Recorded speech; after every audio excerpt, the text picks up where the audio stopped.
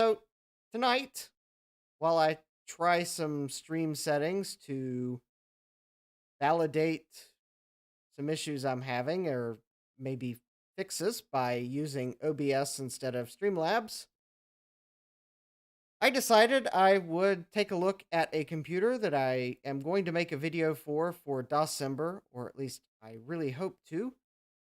And this computer is interesting because of a feature that it supposedly has based on the marketing copy. And this computer is the Emerson 8000EC computer. Now, I find this computer interesting for a number of reasons, which we will get into as we take a look at some articles in Compute, which I have the first one up on the screen that I found on this machine, as well as the timing of the release. So, first of all, I will note that this first article, it just refers to Emerson. This is Emerson Radio, not Emerson Electric. And Emerson Radio is not owned by Emerson Electric. Two completely separate companies. The second article in Compute actually mentions Emerson Radio. But this first article is in the October 1989 issue of Compute magazine. And it is describing this new computer that Emerson is launching. In fact, I believe this is a series of 3 computers they're launching. And from what I can tell, these are their first computers, or at least the first ones they put in a magazine. But Emerson's PCs, as this paragraph here goes on, Emerson's PCs have some features that set them apart from the average PC clone. Among those attributes are a 32-voice Signetic sound chip, which is very interesting. MIS-DOS 3.3 in ROM. Okay, not quite as interesting, but I would like to validate that claim too. And an online MIS-DOS help program that not only displays on-screen instructions, but says them as well. All right, now that's really interesting.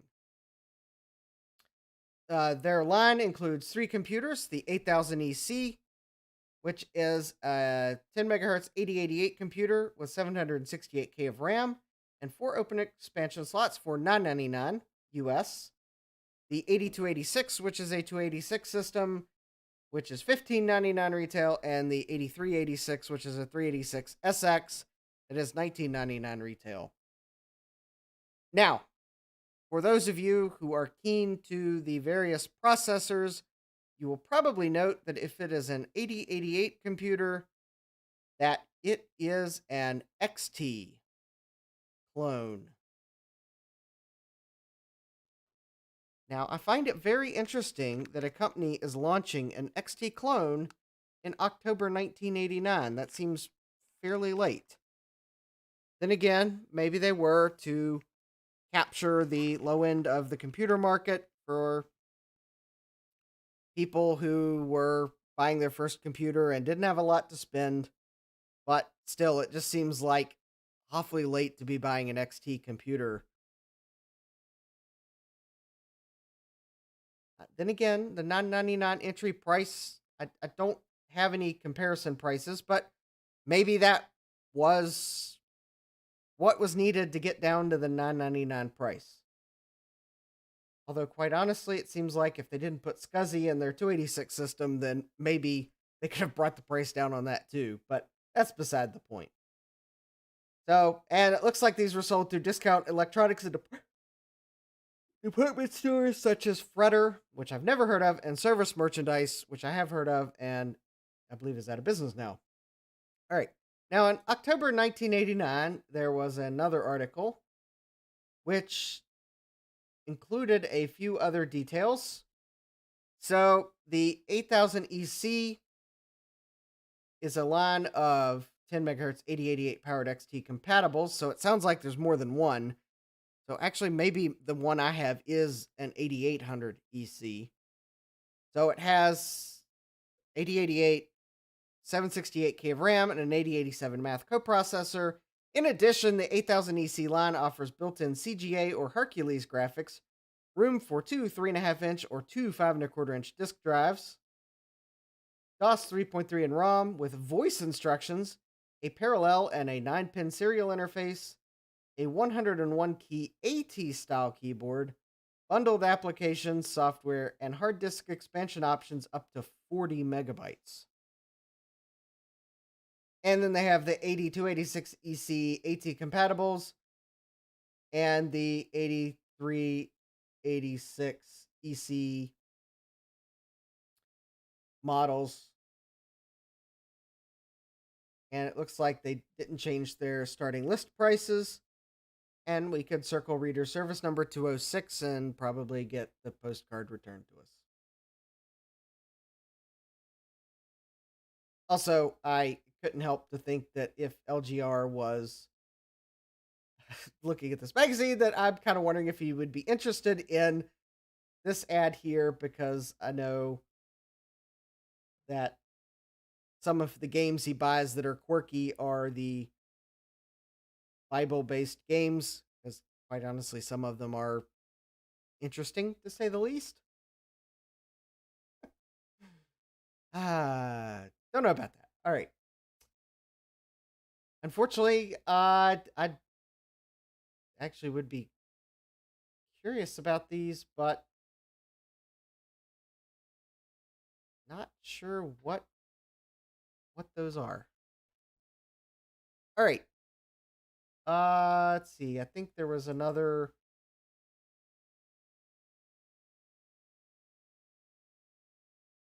Okay, so that was the only thing on this page. All right. Okay. Now, this magazine did not have any articles on the computer. However, it did have a few advertisements for some of these Emerson computers. Now, this is the May 1990 issue. And it looks like by the time May 1990 rolled around, the 8000 EC was selling for $549.95. And the 500 EC, which I presume is possibly some derivative of the 8286 EC, is going for $999.95. Because, and I'm presuming that it's a 286 because it says AT with 1 megabyte of RAM. I'm wondering if by chance at this point they were selling a model that did not have SCSI in it, but had a 286 to replace the $999 price point. And then it looks like the 8386 was going for $1049.95, which, wow, that is quite the discount, because this was retailing for $999 in the announcement articles just 6 months prior. This model could be the $1599, or is probably some cost reduced, but this one was $1999, so it's like a pretty substantial discount. And it looks like there's then another model that has appeared. That's a tower. And I wonder if that's a 386DX, but there's no way to know. Oh, wait a minute. Here we go.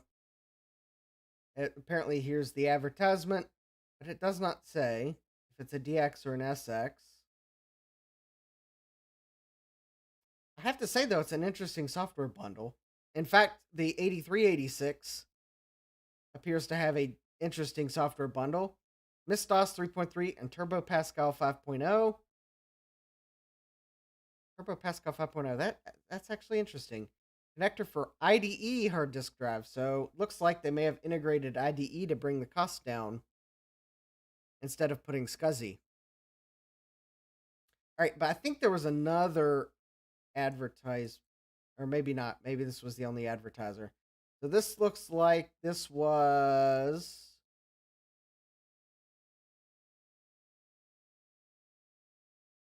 Oh, okay.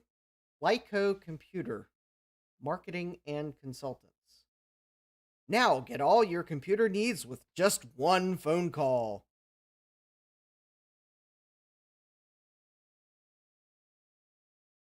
So that is very interesting. Now, because this was a lot easier to pull off the shelf than that desktop that has something setting on it, this is supposedly the motherboard for an 8000EC. And it does seem to check out, but I'm not totally sure. But I found this on eBay and I got it because, quite honestly, I wasn't sure if the 8800EC that I have in the case works. I mean, this motherboard does have some. Well, it's dirty. I don't think it's. Taking a look at it, the tantalum caps have black markings on the top. For some of them have. Oh, those are ceramic caps. Maybe those are the ceramics. But everything looks to be in decent shape. Except for a few of the ceramics that kind of look a bit ugly, but they're probably fine. But this does seem to match up with some of the marketing text for the 8000EC. Because if we look, we have the 8088 processor, and it is a -1. And I believe that is the. I want to say that is the 10 megahertz version. So we'll. Thank you, DuckDuckGo. I really needed you to calculate what 8088 minus 1 was. I really wanted the speed bins, if I could find them.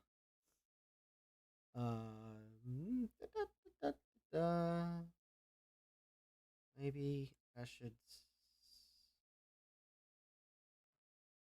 Maybe I should be a bit more speed markings.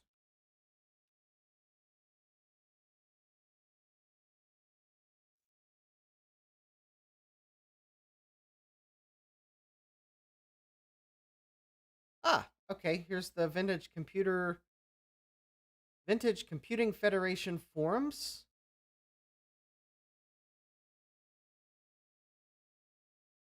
And here we go. 8088. Link to CPU World. Oh, actually, that doesn't have the answer to the question. So, anyways, according to the VCF forums, let's see, -2 is up to 8 megahertz. I'm hoping that maybe someone in the forum put all of the speed markings. That would be quite handy.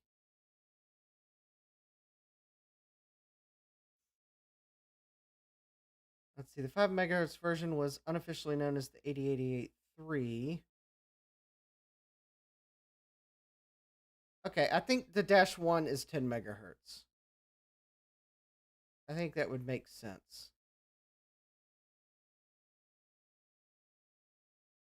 So, unless I figure out otherwise, we'll go with that. But it is an 8088. There is a coprocessor socket here. We have a ROM chip. In fact, it might be an EEPROM, but I don't want to pull the label off because that is original. It says Phoenix Release A3.6. And it is a 27C256.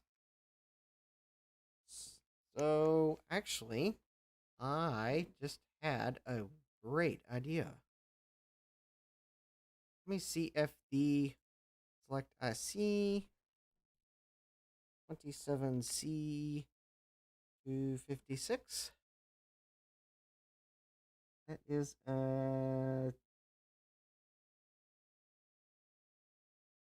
don't recognize that. I don't recognize the logo right offhand, I was about to say, but it is an NMC 27C 256 Q at dip 28. Here we go. My little mini pro or TL,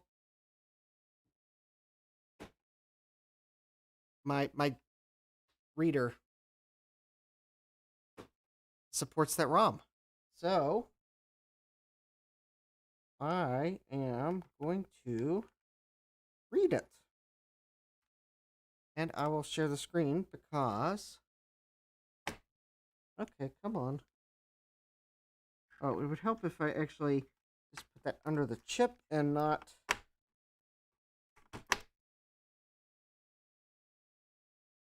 Come on. Wow. You know, I'm beginning to think that someone might have... Oh, maybe not. Okay, it's coming out. I have to say, wow, it's really stuck. Of course, then again, I guess if I'd been in the same socket for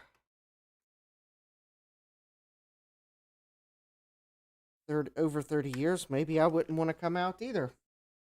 Come on. Come on.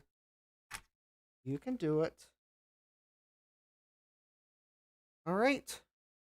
Oh, let's respect the markings. And actually, I will probably...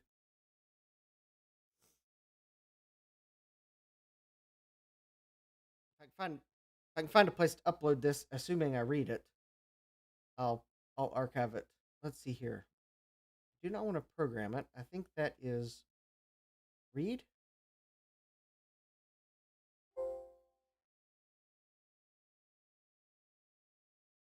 Tech ID is 2601. All right, NMC. Let me double check. NMC 27C 256Q. NMC 27C 256Q. All right, well, I'm going to uncheck check ID because that I am...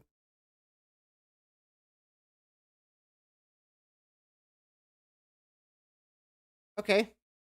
Because I guess the ID is different than whatever's in there. All right, so copyright 1984 to 1988, Phoenix Technologies Limited, all rights reserved.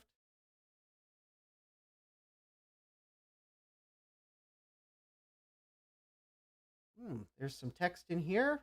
Bad ROM, bad checksum, timer, chip counter 2 failed. Scan code, check keyboard. No scan code from keyboard. Diskette drive 0 seek failure. This might actually give text error messages. RAM test. Less than 128K, not okay. Parity disabled. Add RAM at... there's some error messages. Now, what I'm really curious to see is if, by chance, the ROM contains any strings related to DOS. Although there's keyboard characters.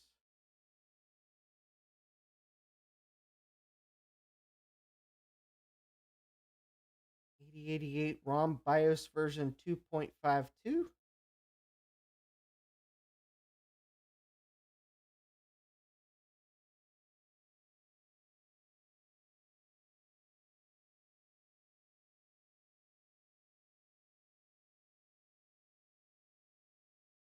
There's some other text.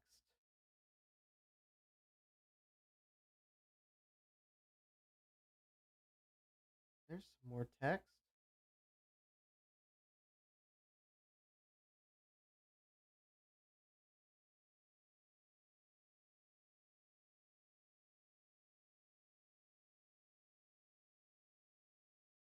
There's a lot of blank memory in this ROM chip. But I think I can tell you one thing. Either this ROM chip is failing and it's not all readable, or there's no DOS in this ROM. Because if this had MS-DOS 3.3 in ROM, I would have expected that I would have seen a Microsoft copyright string somewhere in the BIOS. And I didn't see that. Now, let me look. No, I was about to say there could be a few other chips that are ROMs, but I don't believe that's the case.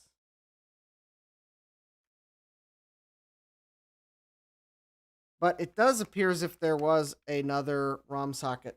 Well, there is another ROM socket on this board. Because in the silkscreen under this socket, it says 27256. So maybe if this is an 8000EC motherboard, maybe they stopped putting ROM in the BIOS at some point. Or maybe they never did. Also some dip switches here. Now, this, I think, is the chipset. And here's the RAM. And I think these are more RAM chips here. If I had to guess, this is probably 256K, 256K, and then maybe 256K in a higher density, because these are GM7i256, and these are 4164s. Kind of interesting, they mixed memory. 120 nanoseconds. All right, these look like standard logic chips. That's not a Signetics chip. All right.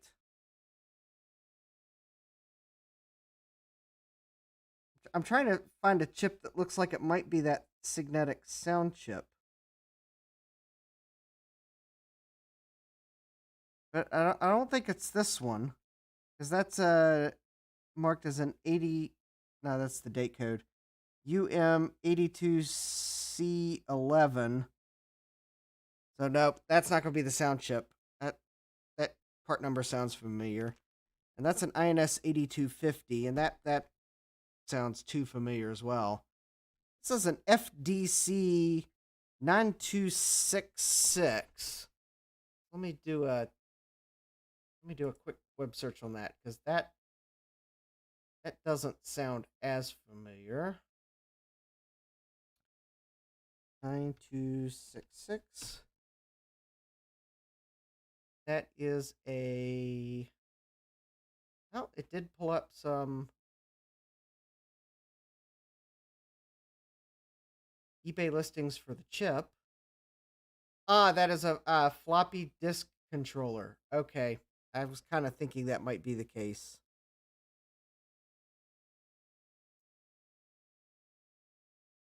Yeah, I don't think there's a Signetics sound chip on this board.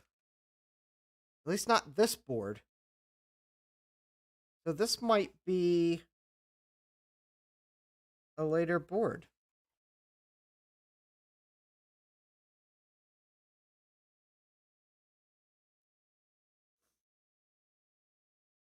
Maybe they removed that feature. Maybe they never released that feature. Maybe it was on an expansion card. Because the thing is, some other things I just noticed, that does appear to be a parallel and a serial port, but neither of those are 9-pin, and I thought the description said 9-pin serial. So there is also another possibility that even though the eBay listing said this was an 8000EC motherboard, it might not actually be. It might be some other clone motherboard. Pity, because I did try to search this Mother XT3 611-811A. This didn't find anything.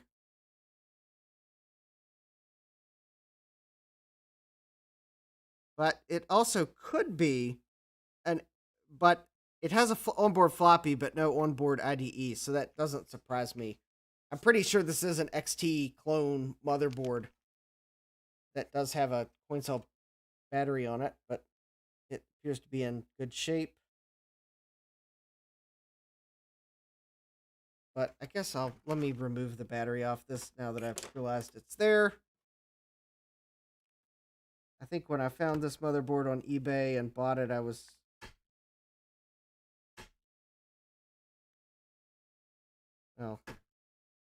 in the process of unpacking, so I probably just set this to the side when I came in and didn't even realize that there's quite honestly probably a 30-year-old coin cell battery, but it's marked clearly which is which. Luckily, these aren't as prone to leaking.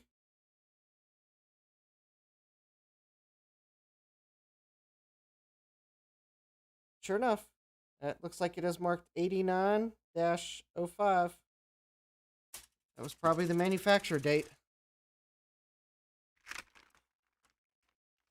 All right.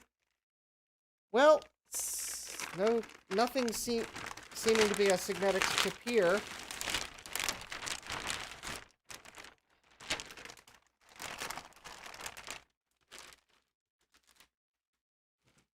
I mean, there was a chip that had a label on it that was small, but I think that's probably one of the gals. I think it's time to maybe actually pull the Emerson computer off the shelf.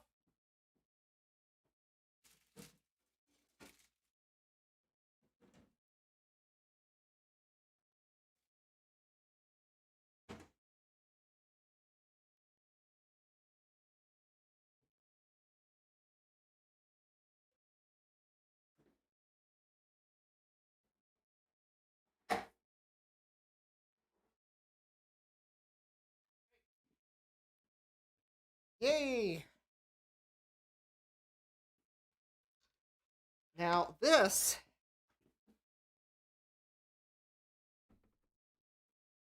now this makes a bit more sense. So maybe that motherboard is not what I'm thinking. That motherboard was sold with the wrong description, because this is actually, of course, I know it's upside down for you. It's upside down for me too in that view.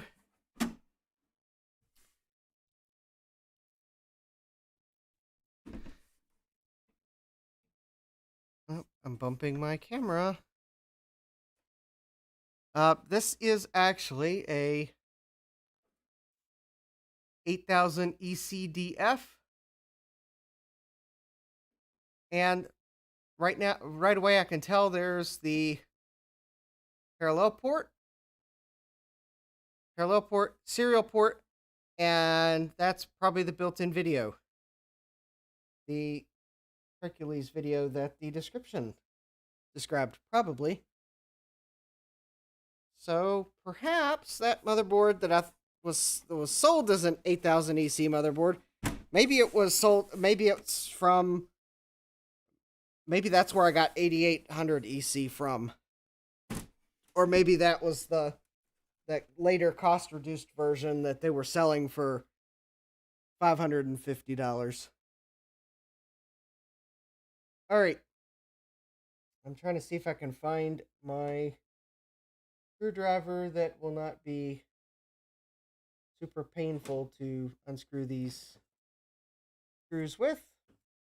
But since I've been soldering, the screwdrivers on my desk have all but disappeared, so I guess I'll use the long screwdriver that is probably also not going to be... Oh, it doesn't even fit the slot.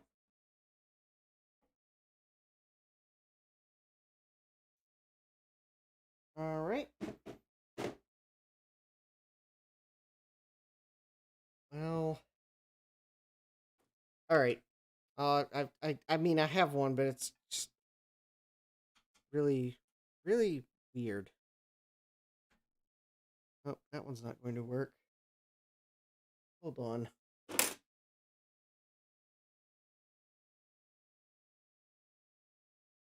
Oh, is this the... Ah, okay, well, there's a handle. And will it fit these bits? I think it does. Yes. All right.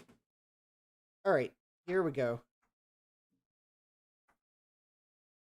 Wow, these are really... Okay, if these are the original flat-bladed screws, they're really awful.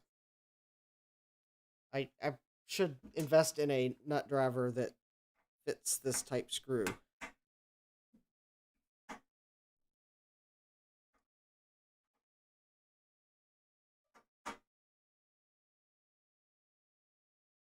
Yes, I realize that is a totally captivating image of the top of this case, which the top of the case looks decent. I guess I could probably zoom out a little bit, although you'll see my quite messy desk.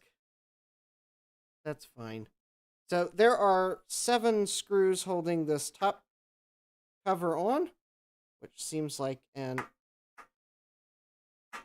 unnecessary number. But I guess they wanted to really make sure you weren't going to open this unless you really wanted to.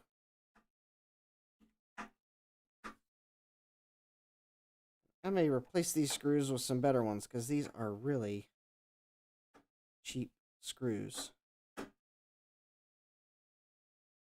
Also, I just noticed that there's some screws holding the slot, I guess the slot openings on the back of the case. They appear to be a separately stamped piece of metal, and those screws are painted the same color as the case. It's almost as if they...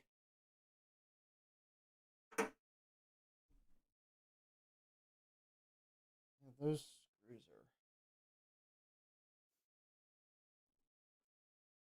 are... Yeah, I'm going to replace these screws.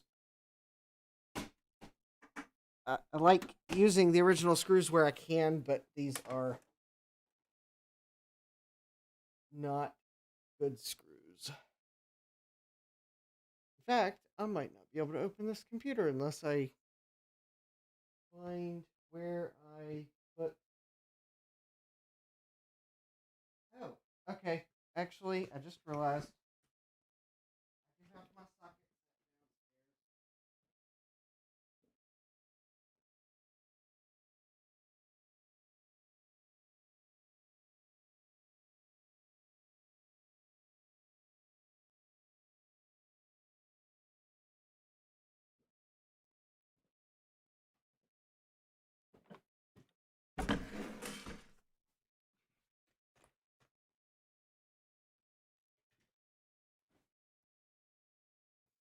All right.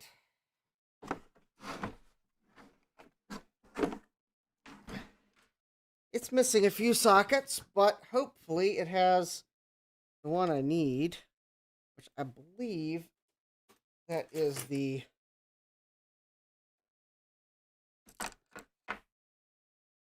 5/16. No, that's too big. 3/8.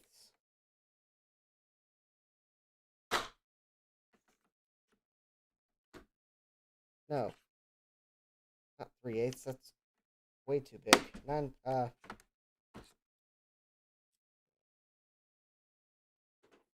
think it's the one I just tried. Nope, that's too big.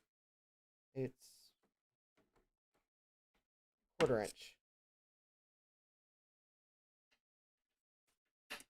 There we go. It's the 1/4 inch socket.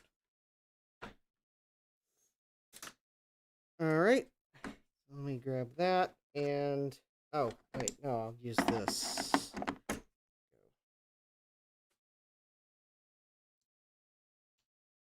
All right. I should be able to get these screws out now.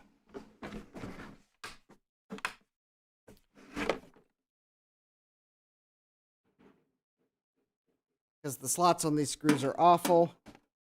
There's hardly any slot in them. I think these are And I think they're aluminum screws.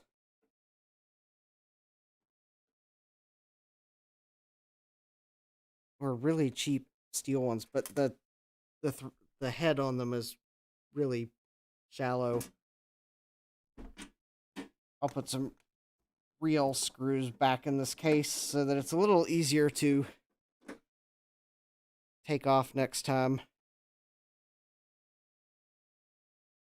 For period accuracy, I will put seven screws back in, but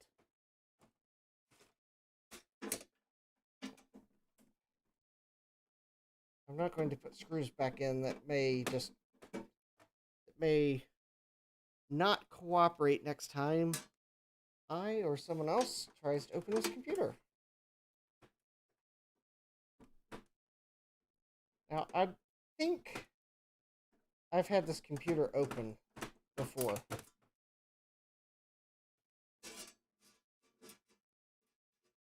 But I'm not sure.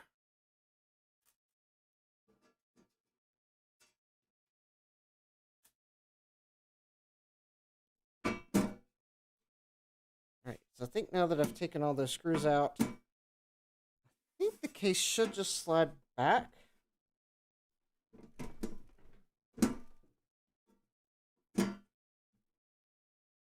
It is a bit...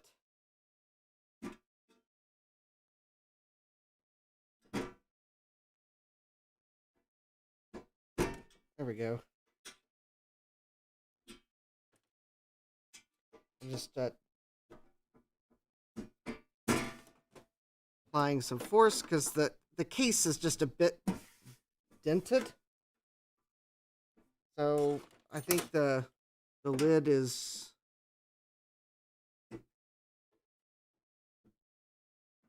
being uncooperative. There we go.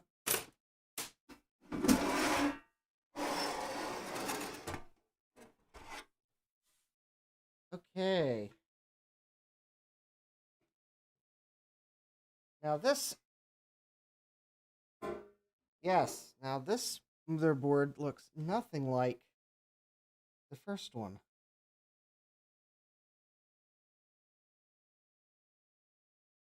Oh, and the power supply is in the way. All right. So, what I see is... Turn this around so that some of the chips are right set up for you. And I'll zoom in some. All right. So, to start with, on this board, we know this is an 8800 or an 8000 EC. So here is the AMD 8088-1. We've got the coprocessor socket. It is a G2 chipset. I believe is a common one of later XT machines. So this BIOS says XT 1.13 on the label. And it is an AM27C010 chip. So I am somewhat curious if the Mini Pro can read that. Let's see here. So that is definitely an AMD 27 C010. Ah. 010.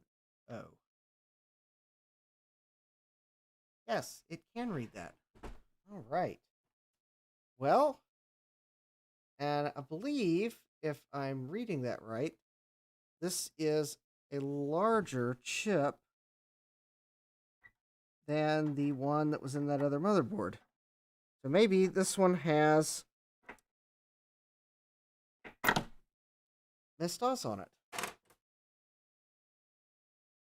And interestingly enough, it also doesn't want to come out easily.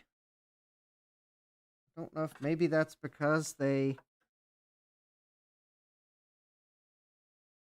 soldered the socket with the chip already in it or something, or if was just inserted by a machine really firmly. But it is, yeah, it's quite.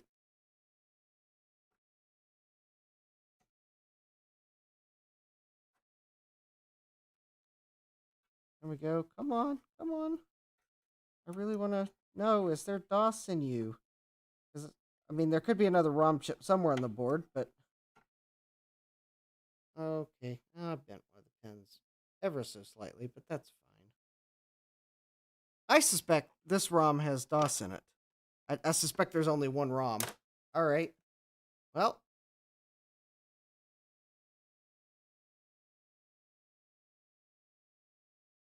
So let's read it.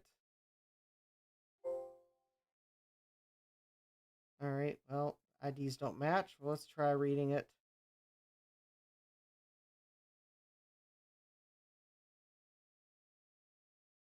Well, there's data.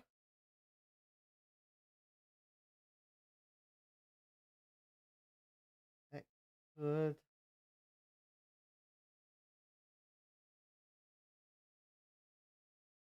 Oh, here we go. Here's some strings. Batch file missing. Insert disk with the batch file and press any key when ready. Bad command or file name. Duplicate file name or file not found. File not found. Ah, these look like DOS error strings.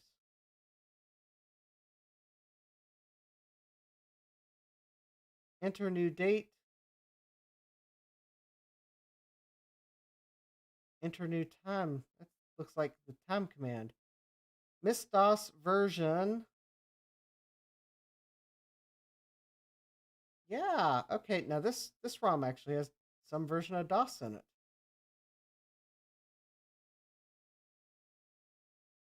Or it appears to, at least.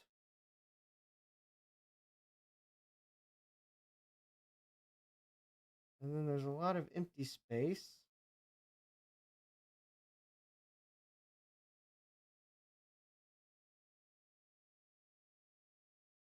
And this may be the BIOS.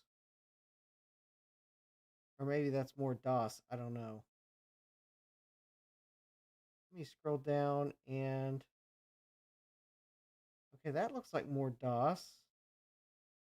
I really don't know how they stored DOS in here.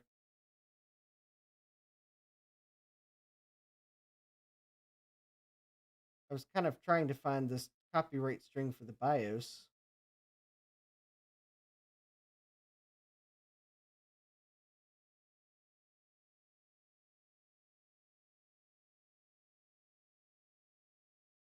But these all kind of look like the.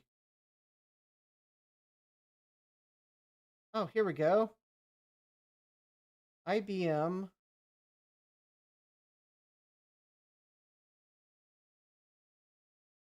Why is there IBM in there? That's interesting. Okay.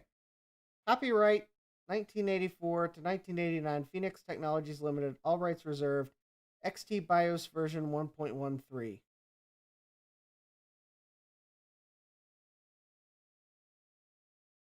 Okay. So this does appear to be the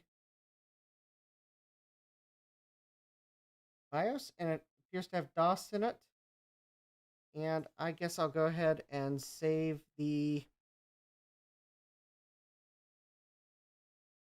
this, and I'll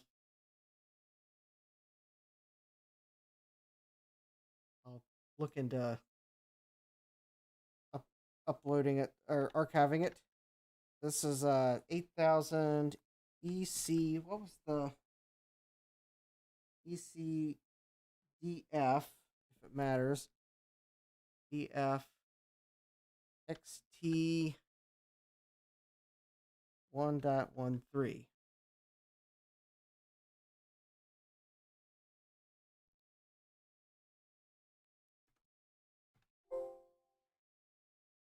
All right.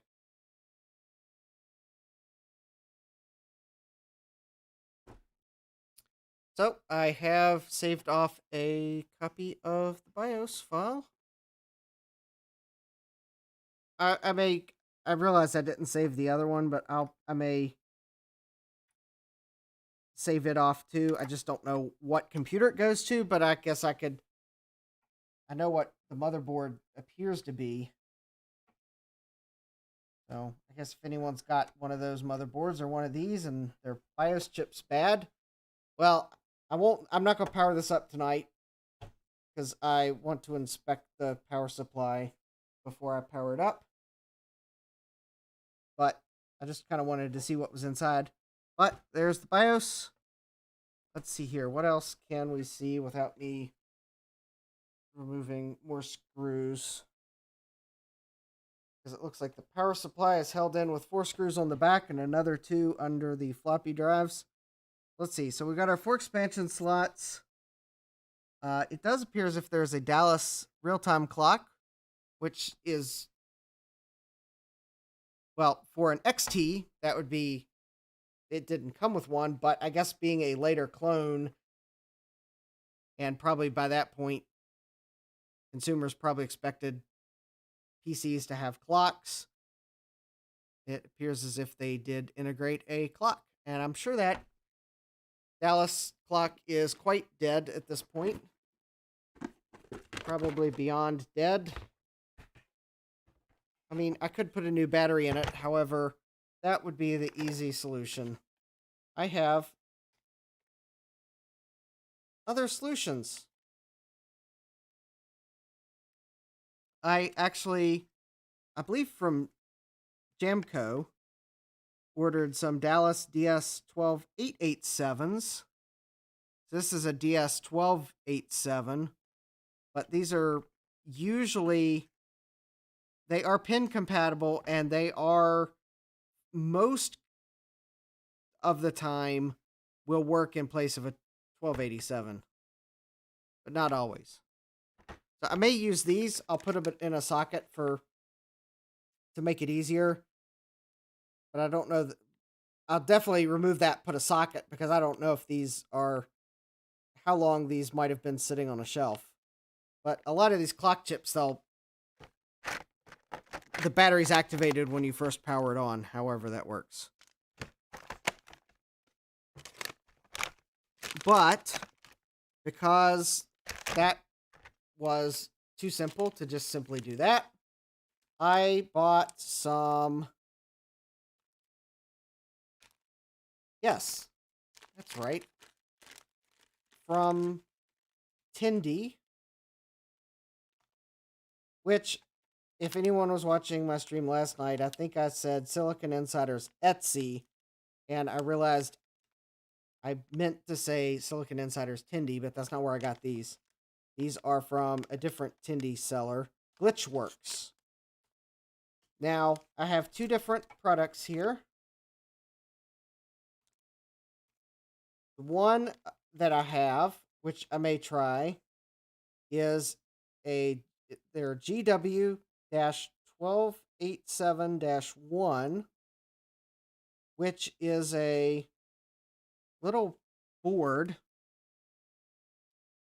that I believe what you do is you take a Dremel to the original chip very carefully, and you Dremel down to the metal contacts in this chip, and then this is designed to, hey Jay, welcome.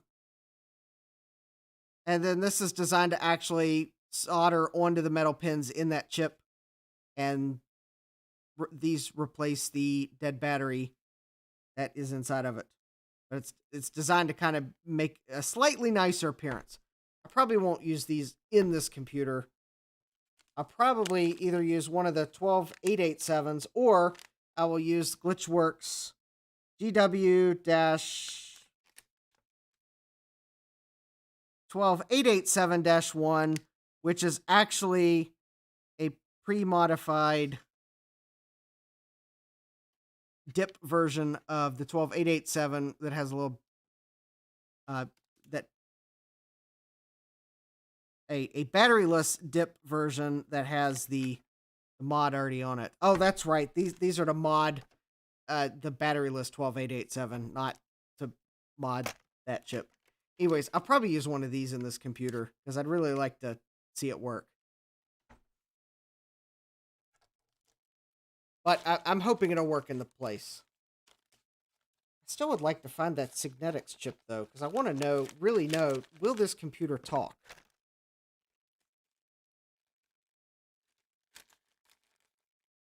Of course, the thing is, the original Mac could talk. So, quite honestly, by the point that they decided to copy that Mac, well, yeah.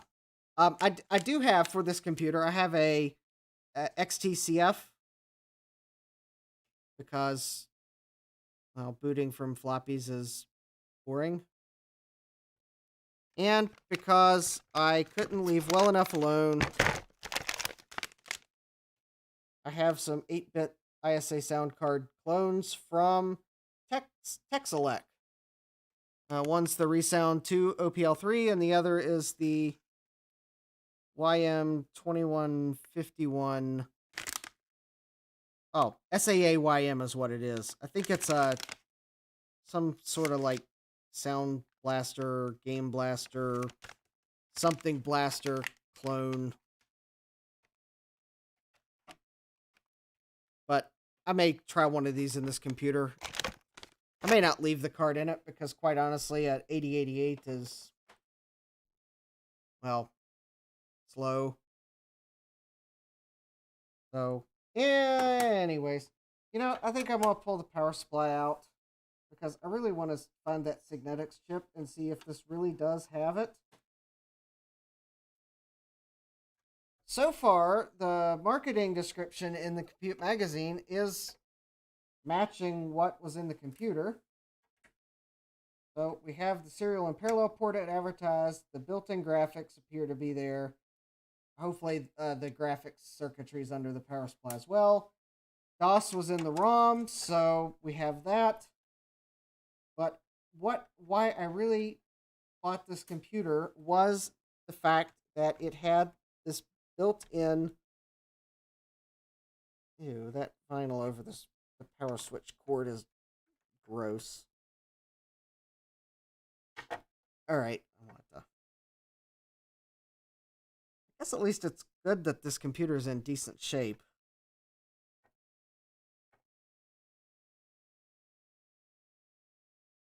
Oh, well, now there's a catch-22. Remove the floppy cable, you need to remove the power supply. To remove the power supply, you need to remove the floppy cable.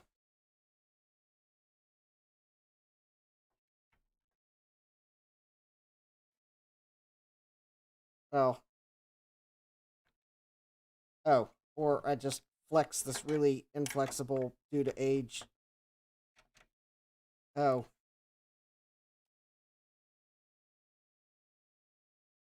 I just need a longer screwdriver that actually fits these screws. That's the problem. Oh, wait. Is there... I think my socket set has an extension. Hold, please. Assuming I didn't lose the extension during the move. Let's see. Is that it? Ah, here we go. All right. I might be in business.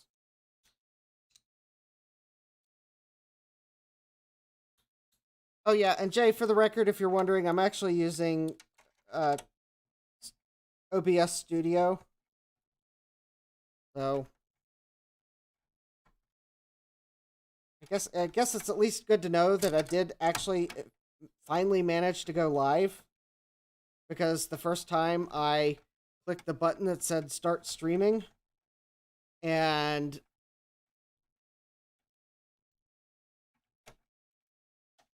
well, let's just say that something prompted me to go check YouTube, and I realized that I was streaming, but I was not streaming, and then I realized, oh, maybe I need to click that go live button. So I guess it's at least good to know that I'm actually live with OBS. Oh, I'm going to I hope it works better too. I realized there's a few things. I imported my scene from Streamlabs OBS, and I realized there's a few things that didn't import correctly, but I'm sure I can fix those relatively easy. Quite honestly, I've been meaning to pull in a different theme anyways, so I'll probably just fix the problem by pulling in the different theme.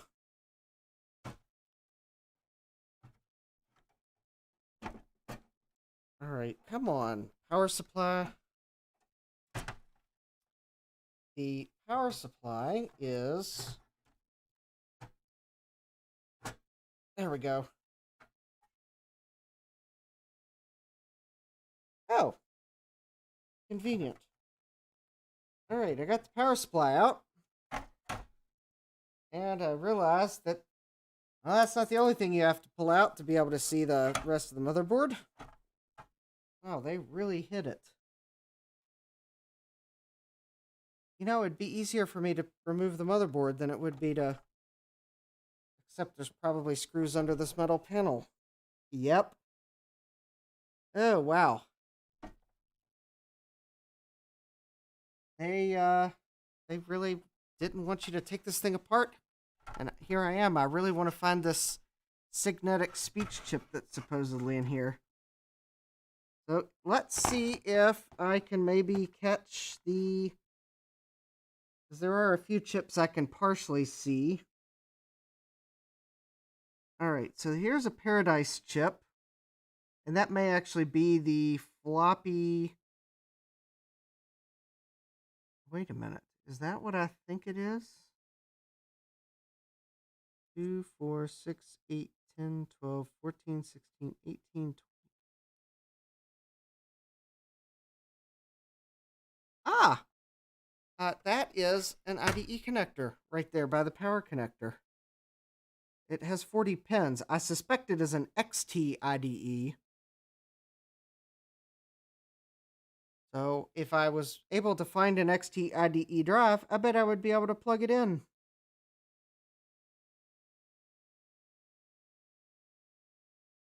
But that would just be completely ridiculous. Yeah, there's a couple other chips under this metal panel that... If I ever have to... Alright. I guess... There's no time like the present to... unscrew more screws.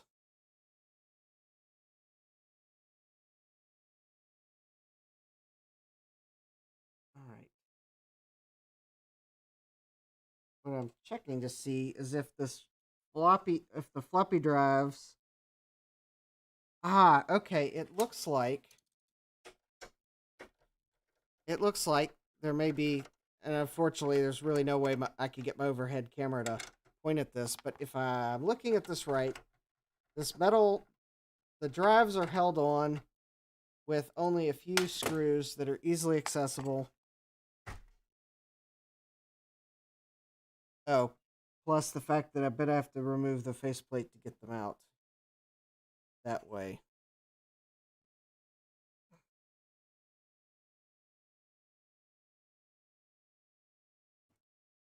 Wow. All right. I'm sure if iFixit was a company back in the late 80s, early 90s, they probably would have deducted a point by the fact that you have to remove the faceplate to be able to remove the drive brackets from the... Actually, actually, it was the two screws that were holding the power supply in. I could not get to them without the extension, but you're right, Jay, that does look ridiculous. I don't need the long screwdriver. I actually needed the extra link to get the power supply out to then realize that there's more I need to remove. because I am really trying to find the Signetics speech chip that the advertisements for this computer touted for this XT-class computer that was sold so late in the 80s. It's like, wow. They were really milking that 8088 processor for all it could give them. Oh, and there's another screw.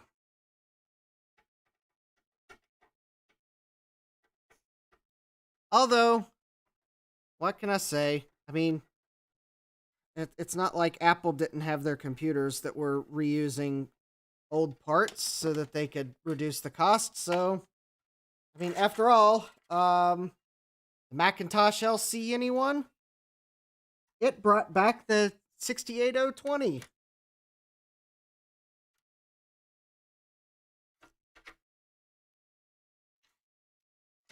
All right, just removing the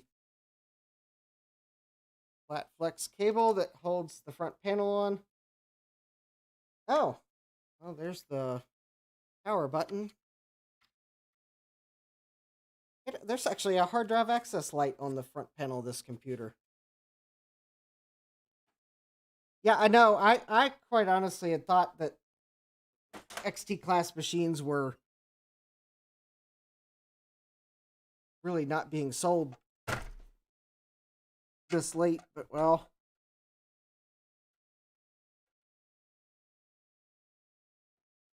But I can say, though, that given what I found in Compute Magazine, they announced this computer in October 1989 Compute Magazine. There's a slightly more descriptive article in the November 1989 issue. And by May 1990, this computer is only selling for about half of what they initially launched it at 6 months earlier. So, also, I think from some other things I found, I don't know where I have them, though. This might also be a computer that you might have found in Walmart. I know the article said you could buy it at Service Merchandise. Let's see. I should probably be smart and find the marker that I know I have down here somewhere and put a mark. Oh, wait. No, I don't need to. It's keyed somewhat, so I'll know which direction that needs to go in. All right, so I should be able to lift this whole thing up, and then hopefully now can actually unplug the floppy cable.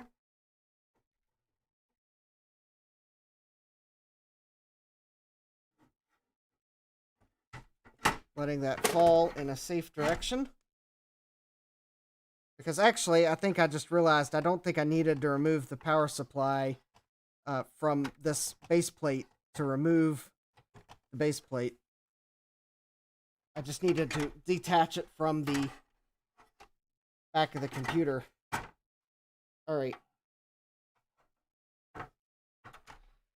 Okay, this is bringing back bad memories of really cheap computer cases with sharp metal edges.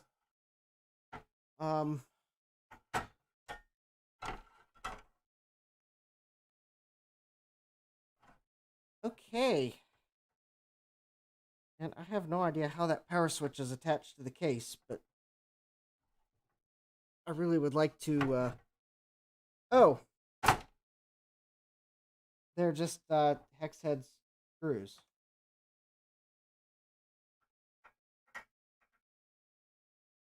Alright, let me see if I can't unscrew these, because I really would like to get the really sharp metal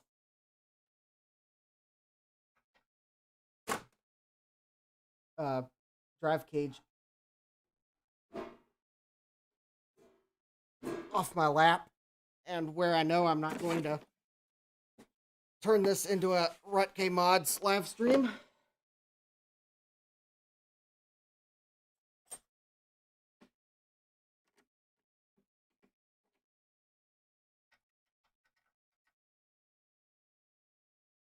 Okay, that's not it.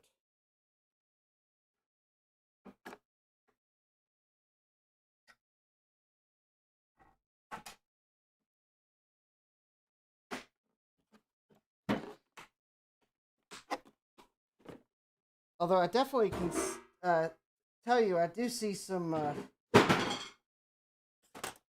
additional chips here. And there is... Let me see here. Although I don't see any that look like a Signetics chip. I'm actually also perplexed as to if this thing actually has RAM.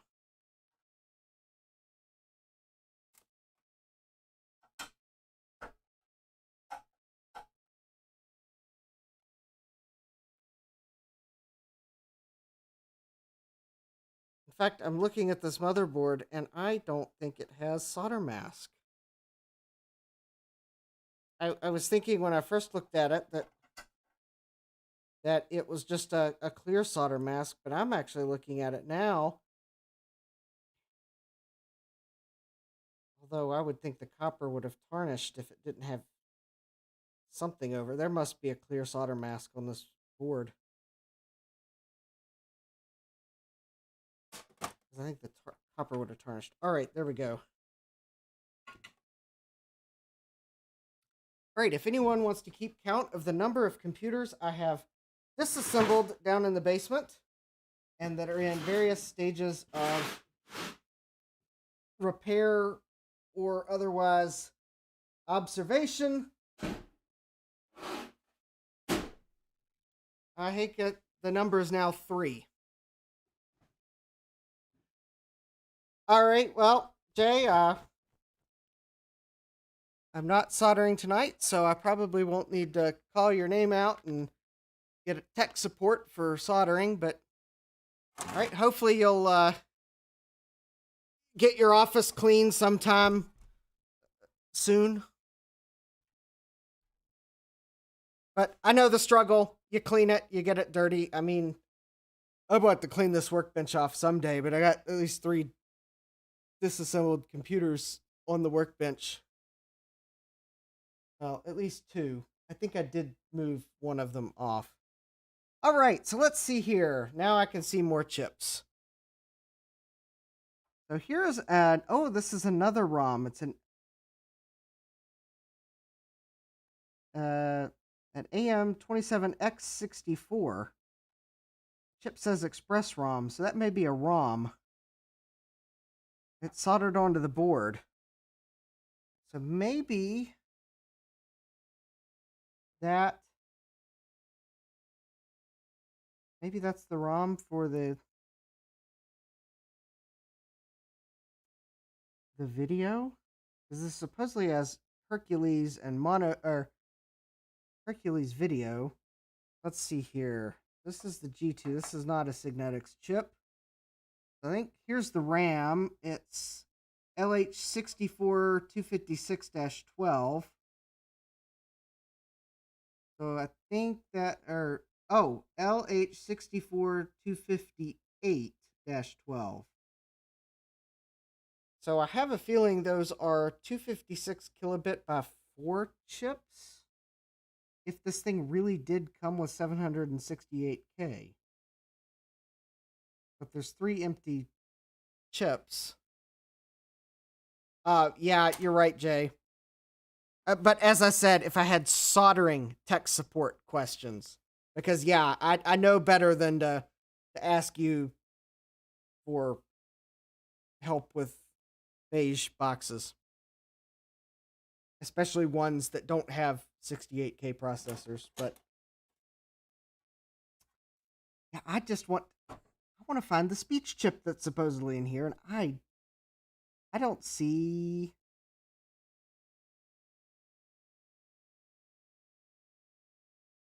It must be one of these chips. If this really does have a speech chip, it must be one of these chips that is generic, or maybe it's integrated into one of these chips. or it doesn't. Oh, wait a minute. Here we go. This might be a candidate. Let's see here if I can. I can't quite see what it says on the chip. So we have this AMI chip here, and I guess I could search for the part number.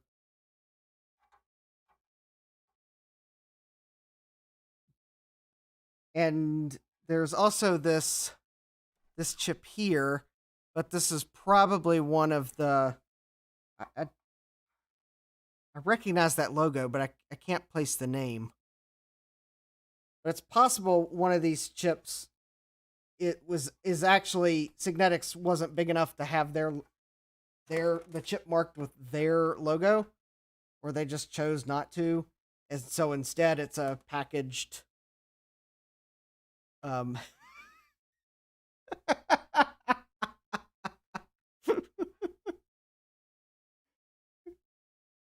Honestly, Jay, that might be a wise choice just to work on your website. I know my website could always use a little work.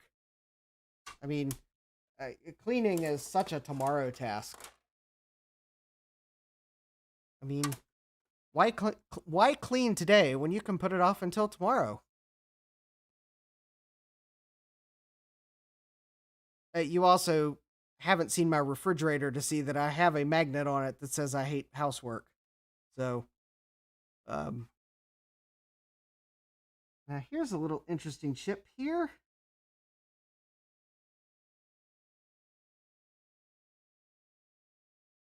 I'm going to have to enhance. So let's see here if I can find the. I'm not removing this motherboard to put it under the big microscope. Not tonight, at least. I will have to eventually remove it. Oh, I bet this is one of the PAL chips. MMI PAL 16L8AC. Okay. So that's probably not the Signetics chip I'm looking for. So this is Paradise.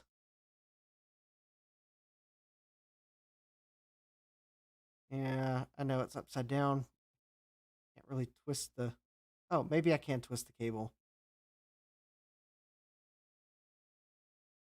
So this is probably a Paradise multi-controller. See if I can zoom out to.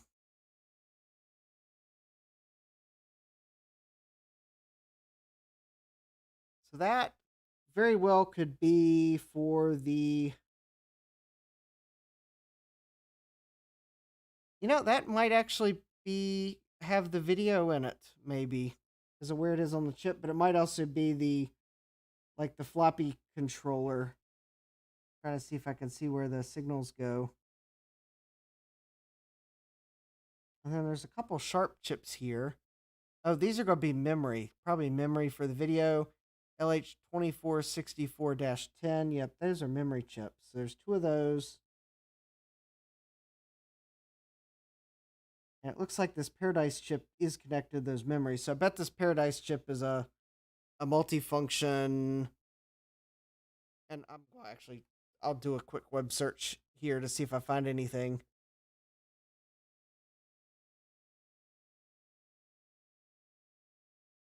But yeah, I do not see a chip that looks like that it's from a company that could be Signetics. Although I said that, and then I just realized there's some tiny chips. I'll have to bring the microscope back out. All right, so let's take a look at some of these part numbers that I can actually read. Ah! Yeah. All right. That's Paradise, Paradise. Paradise PVC4. Oh. Okay. That is the CGA graphics chip.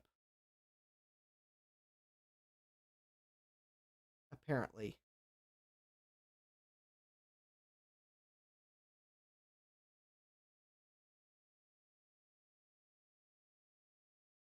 Oh, wait a minute. There may be something very interesting on this page.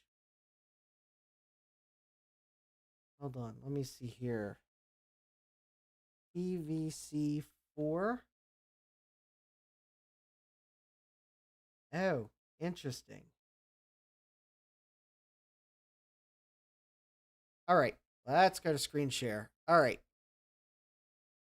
Very interesting. Okay, so I searched for that Paradise PVC4, and it looks like I found this webpage, Dag Eric's Retro Computers, and he has a Schneider Euro PC from 1998.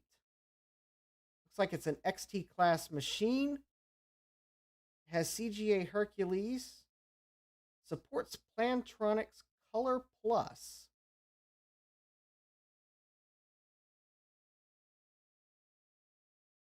320 by 200 with 16 colors, 640 by 200 with 4 colors. Paradise PVC4 video chip, Planet X3, and a driver for SCI Zero Sierra games are the only games known to support Plantronics Color Plus mode. It looks like, so he's pictured it though with a Hercules monitor. Oh, and his computer was damaged by a leaking battery. Oh, that's YouTube videos.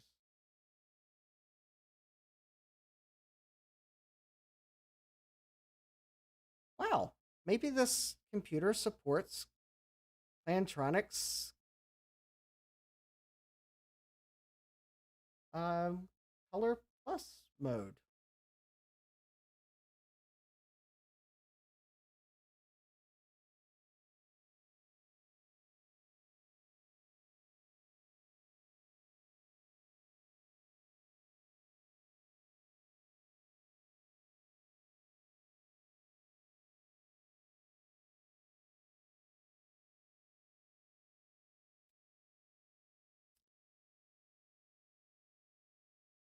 Oops. All right. And now that I've performed a chat moderation activity, goodbye, spammer.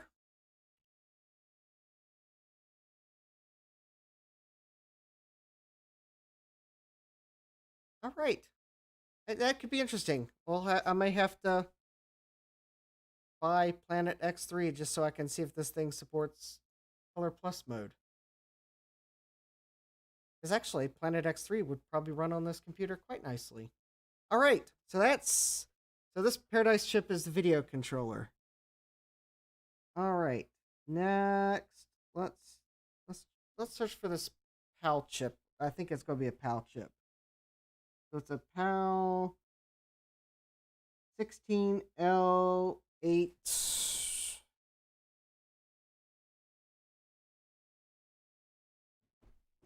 8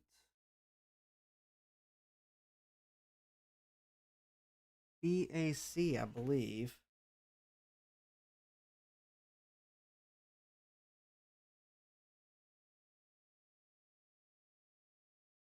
Well, actually, I'm going to let's take a look at the part number on the microscope because I certainly can't.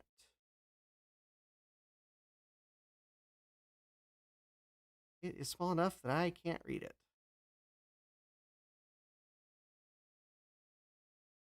PAL 16L8AC. Okay.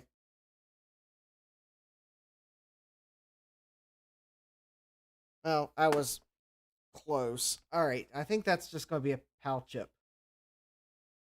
Yep. Programmable array logic from National Semiconductor. I'll take their. Well, I don't know that this is a National Semiconductor branded one. It is quite possible that it is a company that National Semiconductor acquired at some point. But okay, that's going to be a PAL chip. All right. Hopefully it is good because If it's not, then this computer will never work. All right, AMI. The next chip is an AMI. I don't know which is the part number, so let's see if it's AMI 89, although this could be a date code. 36 CAE. This may be a, okay, that's probably a date code. 1989, 36th week, CAE. So maybe this is a C16958. That is a programmable logic IC. It looks like.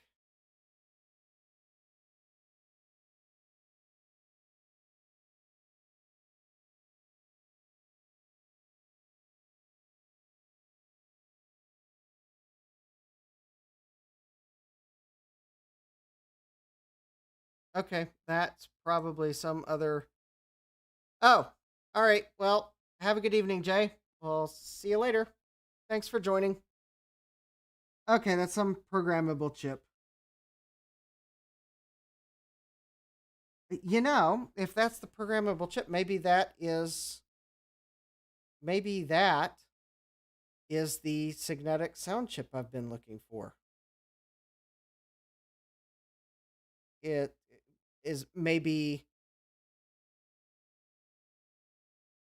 they weren't whatever the chip design was, maybe they weren't big enough to put it on silicon yet. So maybe it's in that programmable chip. Oh, maybe we'll have to power this up and try to use it before we'll know for sure. All right, but there are a few other chips, and there are a few other chips that might be Signetics chips, because there's a manufacturer mark that looks like it might be Signetics. Honestly, some of these chips are awfully far from the speaker, but because there's no like headphone or speaker out jack on the back of this computer. And maybe it's quite possible that they announced it was going to have a sound chip, but maybe it doesn't. There is always that possibility that there is actually no sound on this computer. All right, so let's search for this next chip. It is a UM82C 451L.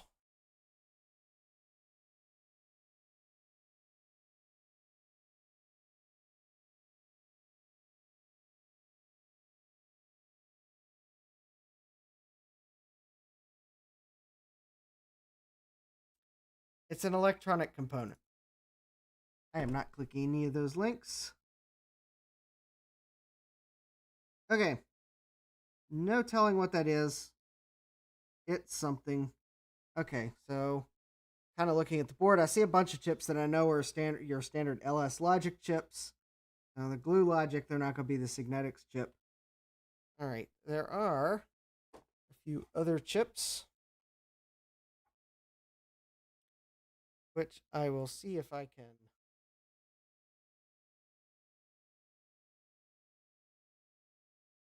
Oh, I may have to. I was going to think that, maybe I can not handhold this thing and not be as shaky, but that's an SMC 1488D.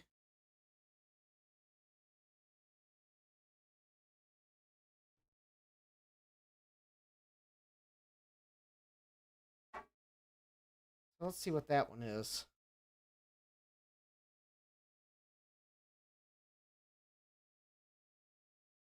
That is a component.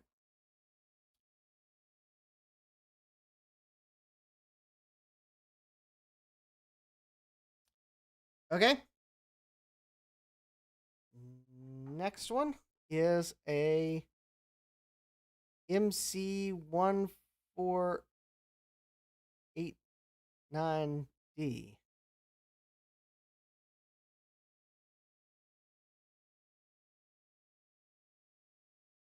MC1489D. Are these?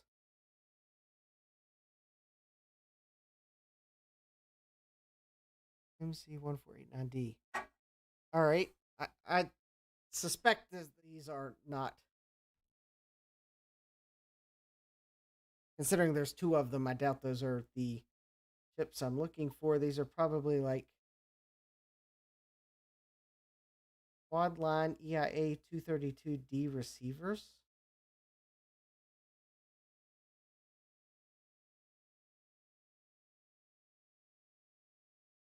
Monolithic quad line receivers are designed to interface data terminal equipment with data communications equipment.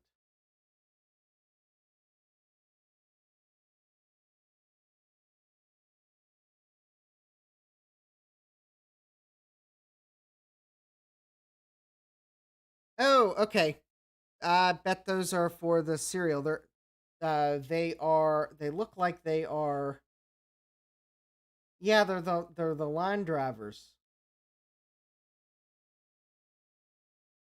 or line receivers. Okay, so I'm looking at the diagram here. So you've got your line driver that would be on your transmitting device, and an interconnecting cable, and then a line receiver. So those two chips there are the line receivers, which go to the.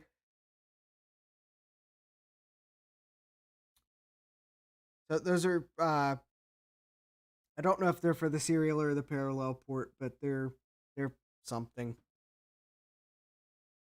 Okay, those are definitely not the chips I'm looking for. All right. I'm running out of chips on this board. So either one of these programmable chips is where the Signetics chip is hiding, or they removed the feature. All right. I am curious though. So here's the memory. There are way fewer memory chips than I was expecting. So it is quite possible that this computer being so late that these are higher density memory chips. So these are LH64258. LH64258. I'm pretty sure those are the RAM.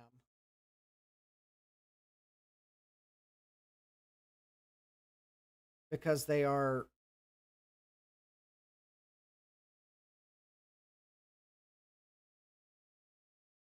Because they have a speed grade marked on them. So those are 256K times 4 DRAM. All right, so that means those are going to be 256 kilobit times 4 bits. So two of those would make 256 kilobytes of RAM. So yes, this board has 768K of RAM on board in those 6 chips. All right. So of all the marketing claims, I've been able to confirm it has the processor speed that it said in the marketing claims, which let me pull those up.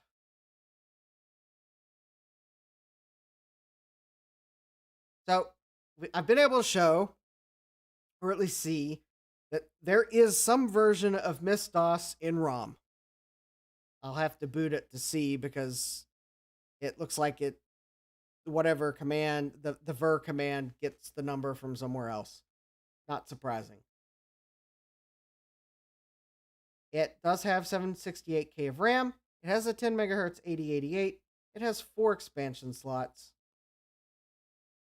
And from the other later, it appears to have CGA or Hercules graphics. In fact, it may support Color Plus mode because of that note on that website regarding the Paradise PVC4 chip. But it does have that graphics. There is a switch on the back. I don't know which position's which because it's not marked.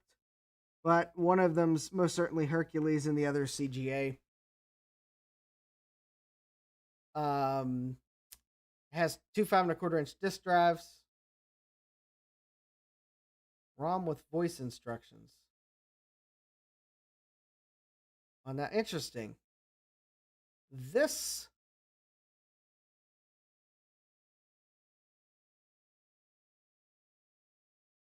maybe they didn't actually use a Signetics chip, because this later version just mentions ROM with voice instructions. So maybe they were going to go with a Signetics voice chip and changed plans within the intervening month of this issue going to press. So maybe that is why I can't find a Signetics chip, because maybe they did not actually go with Signetics chip after all, or it's on the bottom of the board. I'll turn the case sideways and see if there's anything on the bottom of the board, but it's probably all passives. AT style keyboard. Now that's the other interesting thing. I bought an XT keyboard, but the marketing literature says AT style keyboard, so I'm wondering if this computer might actually take an AT keyboard. Because I don't know, I don't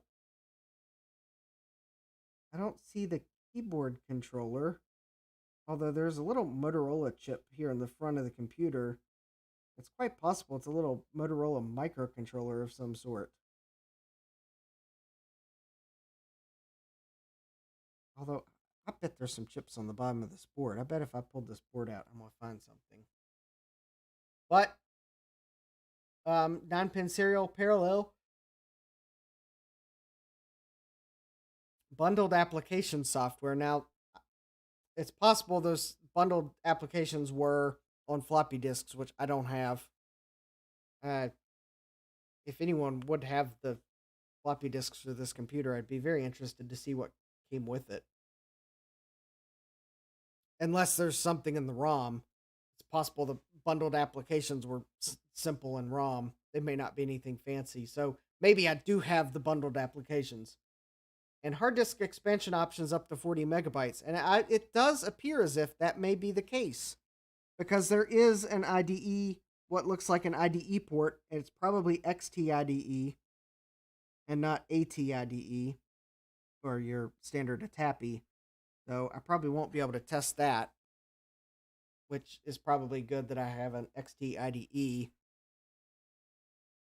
But that probably means I'll have to disable the onboard IDE, which could be interesting. I also do find it's interesting that there's a second ROM chip on this board. All right, is there anything on the bottom side of this board that might be of interest other than dust? All right. That is the mystery. The last mystery I'm going to solve for today, and that's assuming I can find my phone, because I need a flashlight.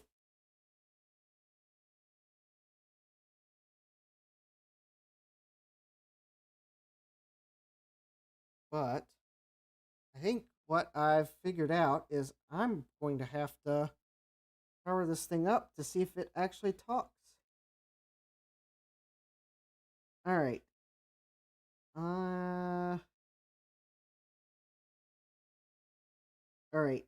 The board is so close to the case, I can't. All right, there is definitely dust under it. I don't think there's anything on the underside of the computer. So the conclusions I can take is that it does appear as if most of the features that were in the marketing copy are here, but it is unclear what speech technology this actually has. But there are a few programmable chips on the board, and it is quite possible that whatever speech capabilities this computer has are so basic that it fit in one of these programmable chips, or one of these chips is a sound generator, but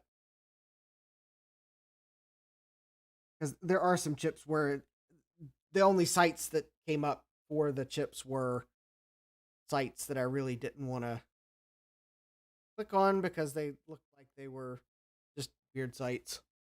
Honestly, they may have just been the sites that are want you to click, and then they're going to tell you to call for availability, and then, well, I don't know, they'll send you something. I mean,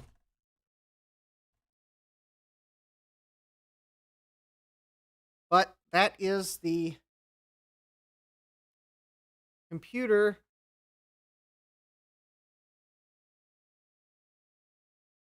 So if it looks like OBS is telling me that I am dropping frames left and right.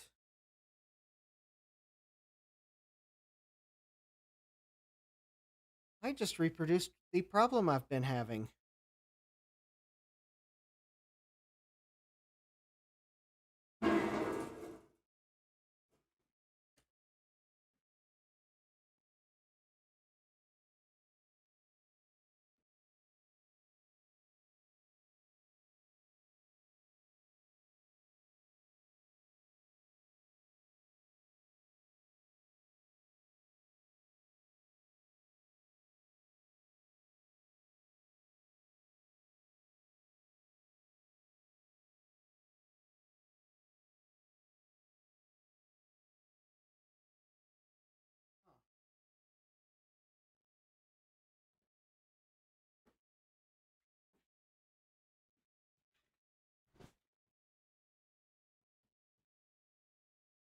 Okay, looks like I'm back.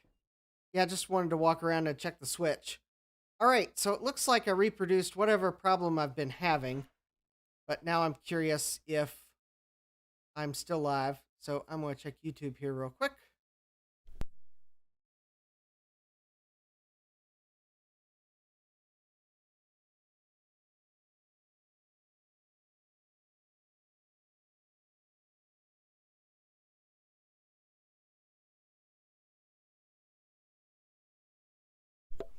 Okay, yeah. So it looks like I just started dropping frames. I bet my internet connection glitched. But it looks like OBS actually reconnected. Or so maybe the problem I've been having is internet related, and maybe I just need to go power cycle my cable modem and router. And maybe some other things too for good measure. But anyways, so this is the Emerson 8000EC computer. It has many claims that are sounded interesting. I can't prove the one that compelled me to buy this computer. I also luckily can't remember how much I paid for it, so that's probably good because I probably paid too much. So I guess by not remembering that, we'll never know. Oh, I just realized that when I bumped my webcam, I've been sideways. Oh, actually now there we go. There, I think that's more or less level. Well, I'll probably have to take a level to my webcam. But anyways,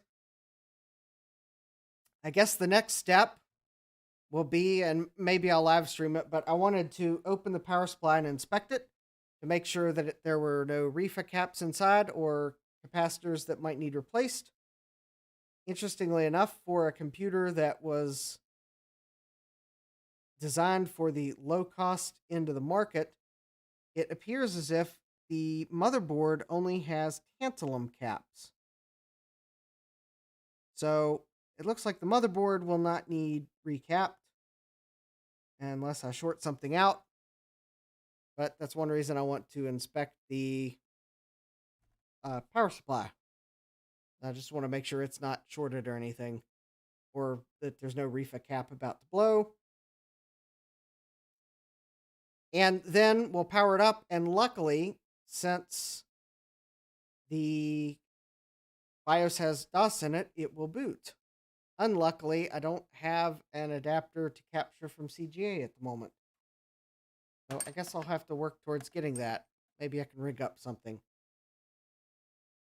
Because if I'm going to do a video on this computer for December, well, I have 29 days.